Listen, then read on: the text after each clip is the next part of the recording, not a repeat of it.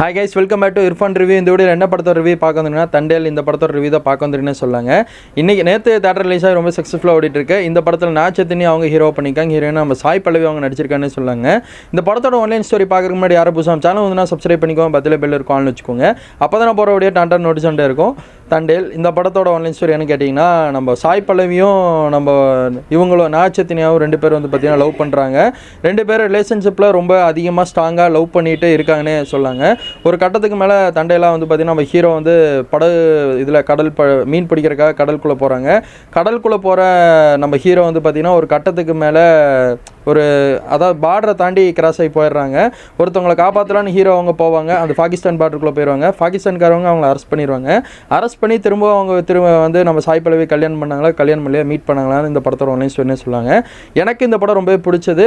இது யார் இந்த படம்லாம் பார்க்கலான்னு சொல்லி கேட்டிங்கன்னா, எல்லாருமே இந்த படமே பார்க்கலாம். எல்லாத்துக்குமே இந்த படம் ரொம்பவே பிடிக்கும். இது தெலுங்கு படம் தான், தமிழ் வெர்ஷனில் இது பண்ணி டப்பிங் பண்ணி வந்திருக்குது. உண்மையாக பார்க்கும்போது எல்லாத்தோட ஆக்டிங் சூப்பராக பண்ணியிருக்காங்கன்னு சொல்லுவாங்க. நாச்சத்தினி அவங்களோட ஆக்டிங் ரொம்ப எக்ஸலண்ட்டாக பண்ணியிருக்காங்கன்னு சொல்லுவாங்க. ரொம்ப சூப்பராக பண்ணியிருக்காங்க. சாய் பல்லவி அவங்க லவ் கேரக்டர் தான் நடிச்சிருக்காங்க. ஒரு நல்ல படத்தில் வந்து வாழ்ந்து நடிச்சிருக்காங்கன்னே சொல்லாங்க. ஒவ்வொரு சீன் பை சீனும் பார்க்கும்போது நமக்கு அவங்க இந்த அளவு நடிச்சிருக்காங்களோ அப்படின்னு சொல்கிற அளவுக்கு ஒரு ஃபீல் பண்ண வைக்குதுன்னே சொல்லாங்க. ஏன்னா லவ் ஜானரில் கண்டிப்பாக சாய் பல்லவி சூப்பராக நடிப்பாங்க. அந்த அளவுக்கு சூப்பராகவே நடிச்சிருக்காங்கன்னே சொல்லாங்க. இந்த படத்தில் வந்து நிறைய விஷயம் மெசேஜ் கொடுத்துருக்காங்க. அதாவது கடல்களுக்கு போகிறாங்க பாருங்கள் மீன் பிடிக்க. அவங்களோட மனைவி வந்து பார்த்திங்கன்னா இவங்க ஹஸ்பண்டு கடலுக்கு மீன் பிடிக்க போனவுடனே இவங்கெல்லாம் அந்த 6 மாதத்துக்கு சாப்பாடு என்ன பண்ணுவாங்க, என்னென்ன கஷ்டப்படுறாங்க எல்லாமே இந்த படத்தில் மெசேஜாக வச்சுருக்கானே சொல்லாங்க. அதே மாதிரி சாய் பல்லவி ஒரு கட்டத்துக்கு மேலே நம்ம சேட்டுக்கிட்ட வந்து அவங்க ஹஸ்பண்ட் வேலை செய்கிற பணத்தை வந்து அடித்து வச்சுருப்பாருன்னு சொல்லாங்க. பணம் தராமல் இது பண்ணிகிட்டு இருப்பாங்க. நேராக நம்ம குஜராத்துக்கே நம்ம சாய் பல்லவி அவங்க போய் பணத்தை வாங்கிட்டு சீன்லாம் பார்க்கும்போது வேறு லெவலில் இருந்துச்சுன்னு சொல்லலாம். அங்கே இருக்க மக்கள்கிட்ட சப்போர்ட் பண்ணி அந்த சேட்டுக்கிட்ட வந்து பிரேக்கிங் நியூஸில் போட சொல்லி பணத்தை திரும்பி வாங்கிட்டு வருவாங்க. அந்த சீக்வன்ஸ்லாம் பார்க்கும்போது வேறு லெவலில் சாய் பல்லவி பண்ணியிருப்பான்னு சொல்லலாம். அந்த பணத்தை வாங்கிட்டு வந்து அந்த பொதுமக்களுக்கு, அந்த மீனவர் மக்கள்லாம் இருப்பாங்க பாருங்க, எல்லா மனைவிக்கும் வந்து காசு கொடுத்துருவாங்க. அவங்களோட காசு அவங்களுக்கே போய் சேர்ந்துடும். அந்த சீன்லாம் நல்லாயிருக்கும். அதாவது 9 மாதம் வந்து கடலுக்குள்ளேயே இருப்பார் நம்ம ஹீரோ. அந்த மீதி ஒரு 3 மாதமோ 1 மாதமோ வந்து தான் வந்து நம்ம ஹீரோவை வந்து பார்ப்பாங்க. அது நைட்டு வந்து பார்க்குறாங்க சாய் பல்லவியை. அடுத்த நாள் எந்திரிச்சு போகிறாங்க. இல்லை, எந்திரிக்க முன்னாடியே கப்பல் துறைமுகத்தை காட்டிடுறாங்க. அவர் கப்பல் பிடிக்க கிளம்பிடுறாரு. இது கான்செப்டே வந்து எனக்கு கொஞ்சம் டிஃப்ரெண்ட்டாக இருந்துச்சு. ஓகே, ஓவராலாக படம் எங்கேயுமே லேக் இல்லை, ரொம்ப சூப்பராக நடிச்சிருக்காரு. ஒரு தண்டையெல்லாம் ஒரு தலைவனாக வந்து கப்பல் துறைமுகத்தில் நம்ம கப்பல் பிடிக்க மீன் பிடிக்க இவங்க போகிறாங்க, ஹீரோ போகிறாங்க. உண்மையாக ரொம்ப சூப்பராக இருந்துச்சுன்னே சொல்லாங்க. ஒரு ஆளை நம்பி 22 பேர் மீன் பிடிக்க போவாங்க. ஒரு கட்டத்துக்கு மேலே அலைகள்லாம் வந்து பார்த்திங்கன்னா ரொம்பவே கடல் நடுவில் போய்ட்டு அலை ரொம்ப அதிகமாக இருக்கும் பாருங்கள். வைபாக இருக்குன்னே சொல்லாங்க, ரொம்ப அதிகமாக இருக்கும்.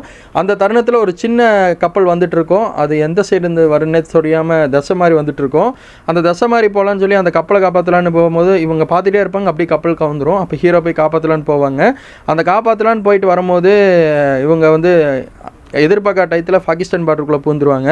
அந்த பார்டருக்குள்ளே பூந்தோடனே பாகிஸ்தான்காரங்க சுற்றி வர உட்காந்து இவங்களை அரெஸ்ட் பண்ணிடுவாங்க. செகண்ட் ஹாஃபில் பாகிஸ்தான் நடக்கிற மாதிரி தான் காமிப்பாங்க. அது வந்து டிஃப்ரெண்ட்டான ஜெனராக கொண்டு போயிருப்பாங்க. அந்த 22 மீனவர்களை கைது பண்ணாங்களே, அந்த கான்செப்டில் ரியல் ஸ்டோரியாக எடுத்தாங்களான்னு சொல்லி எனக்கு தெரியல. ஆனால் அந்த 22 பேர்த்த வந்து மீட்கிறதுக்காக ரொம்பவே ட்ரை பண்ணுவாங்க நம்ம சாய் பல்லவி. ரொம்பவே கஷ்டப்படுவாங்கன்னே சொல்லாங்க. இந்த படத்துக்காக நிறைய உழைச்சிருக்காங்க தான் என்னோட கருத்தாக இருக்குது. தண்டையில் எனக்கு வந்து பர்சனலாக ரொம்பவே பிடிச்சதுன்னே சொல்லாங்க. சாய் பல்லவியோட பாட்டு, டான்ஸு நார்மலாக சொல்லணும்னா லவ் ஜானருங்காட்டி இவங்களுக்கு வந்து நல்லா ஒரு ரொமான்ஸ் சாங் கொடுத்துருக்கலாம். ஆனால் நார்மலாக ஒரு இந்த ஃபீலிங் சாங் தான் கொடுத்துருக்கானே சொல்லாங்க. அதாவது அவங்க அங்கே இருப்பாங்க, இவங்க இங்கே இருப்பாங்க, அந்த ஃபீல் பண்ணுற மாதிரி ஒரு சாங் வந்துருக்குது. சாய் பல்லவி ஆக்டிங் எக்ஸலண்ட்டாக பண்ணியிருக்காங்க. நம்ம ஹீரோவும் நல்லா பண்ணியிருக்காங்க. இன்னொரு படத்தில் யார் நல்லா பண்ணியிருக்காங்கன்னா, அந்த பாகிஸ்தானில் ஒரு வில்ல மாதிரி ஒருத்தர் வருவார். அவரோட ஆக்டிங் வந்து பார்த்திங்கன்னா கொஞ்சம் நல்லா பண்ணியிருக்காங்கன்னு தோணுது. அந்த போலீஸ்காரங்களே வந்து பார்த்திங்கன்னா இவங்களை வெளியே வரக்கு நிறைய ட்ரை பண்ணுவாங்க. ஒரு கட்டத்துக்கு மேலே ட்ரை பண்ணி வெளியே விட முடியாமல் அந்த கடிதம் வர்றதுக்காக வெயிட் பண்ணிகிட்டே இருப்பாங்கன்னே சொல்லாங்க. ஏன்னா இத்தனை மீனவர் வெளியே வரணும்னு சொல்லி ஒரு கடிதம் வச்சுருப்பாங்க பாருங்கள். அதெல்லாம் வந்ததுக்கப்புறம் தான் இவங்க வெளியே விடுவாங்க. 22 பேர்த்தில் 21 பேர் வெளியே வந்துடுவாங்க. அதாவது விடுதலை ஆயிடுவாங்க. அதுலேருந்து வெளியே வந்துடுவாங்க. ஒரு நபர் மட்டும் வெளியே வரலன்னு சொல்லி நம்ம ஹீரோ எல்லாருமே சேர்ந்து ஒரே இடத்துல உட்காந்துருவாங்க. அதுக்கப்புறம் அவர் வெளியே வந்தாரா வெளியே அது படத்தை பற்றி நீங்கள் தெரிஞ்சுக்கோங்க.